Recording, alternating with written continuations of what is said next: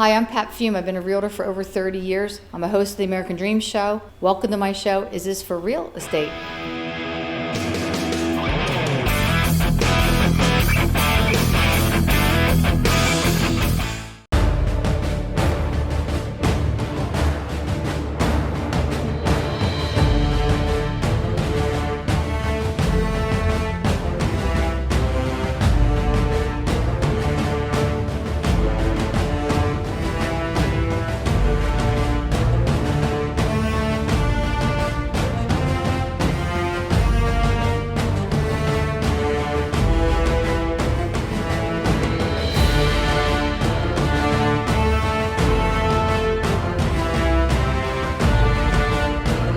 I'm here with Ryan Szimanski. He's a curator and historian for the U.S. Battleship, New Jersey.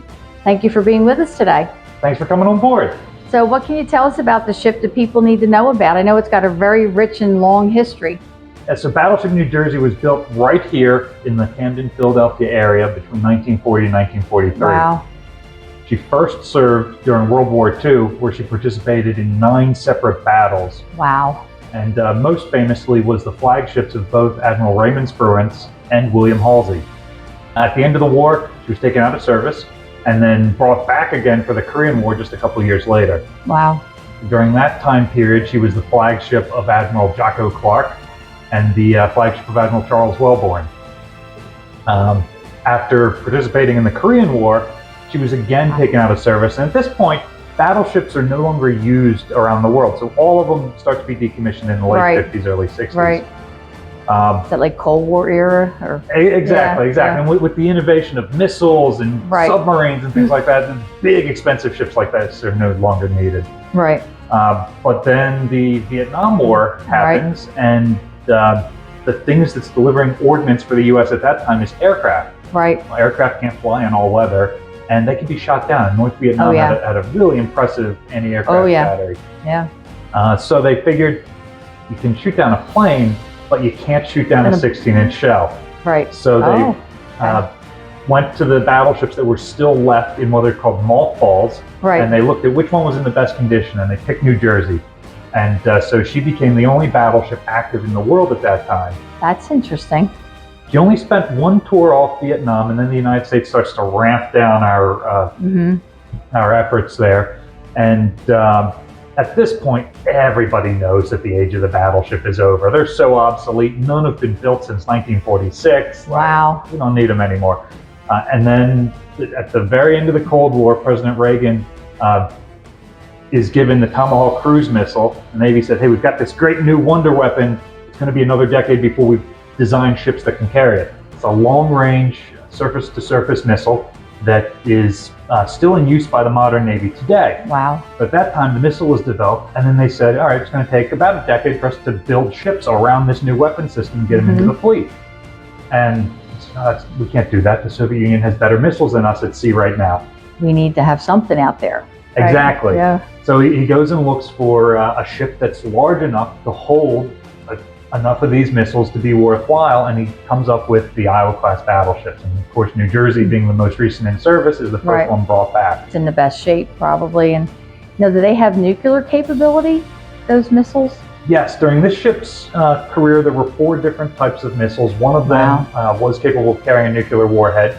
Wow. The Navy will neither confirm nor deny whether we carried those. She last saw service in 1991. Okay. And the Navy took her out of service at that time and held her until about 2000.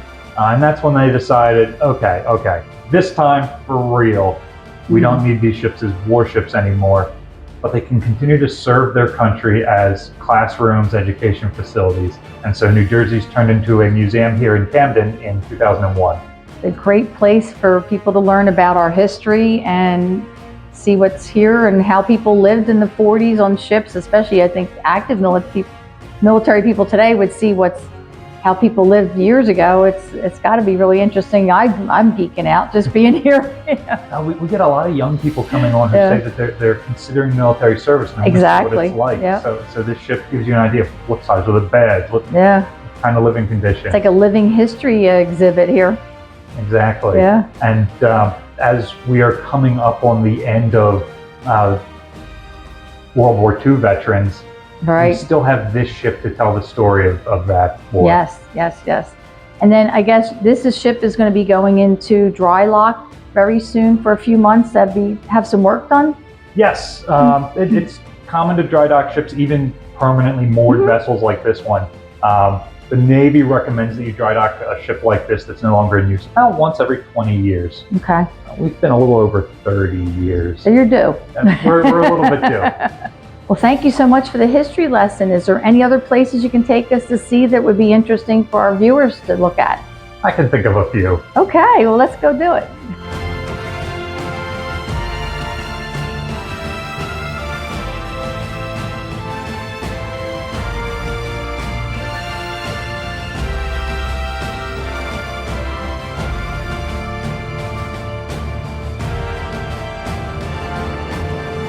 So what is this?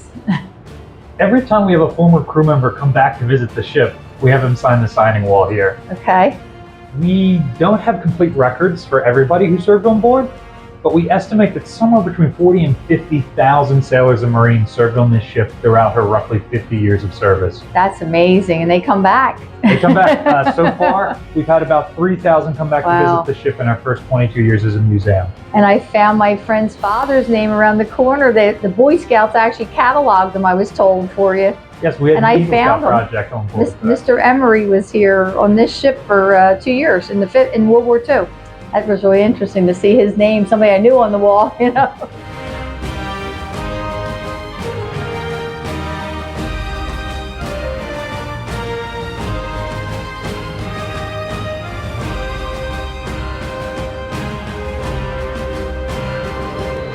So Ryan, this is a really cool room. Where are we? This space is called the Combat Engagement Center. Wow. It was part of the Admiral's cabin during World War II, but in the 1980s they needed room to install all the control equipment for those new missiles they added. So they took all that stuff out, threw it in a dumpster, and brought all this state-of-the-art 1980s equipment in. Wow. Now, is that the launch key we were talking about? Yep, yep. We don't want to maybe show that? And these consoles over here where you would plug them in. Very cool. And I guess is this like a radar room too, like for all the different areas as you're floating at sea? Yes, so we've got both surface and air search radars in here. Okay. As well as identification friend or foe, IFF interrogators to tell, all right, we got this tip on the screen. Is it a good tip or a bad tip? Okay. And then from the information you can get from the radars, you can plug that into the launch consoles to tell them where they're going to go. So how many different kinds of missiles and things are on this ship? It sounds like a lot. Different kinds. Well, she had two different kinds of missiles that were added in the 80s. Okay. They're Harpoon anti-ship missiles, got a range of about 75 miles. Okay. And Tomahawk cruise missiles, which have a couple different ranges depending on the flavor. So if you're shooting at another ship, it's got a range of about 250 miles. Wow. If you're shooting at a land target, you might be able to get 1,000 miles out of it. Wow. And the nuclear variant that this ship may or may not have carried could go about 2,500 miles from here to Dallas or Denver. Wow, that's scary, actually.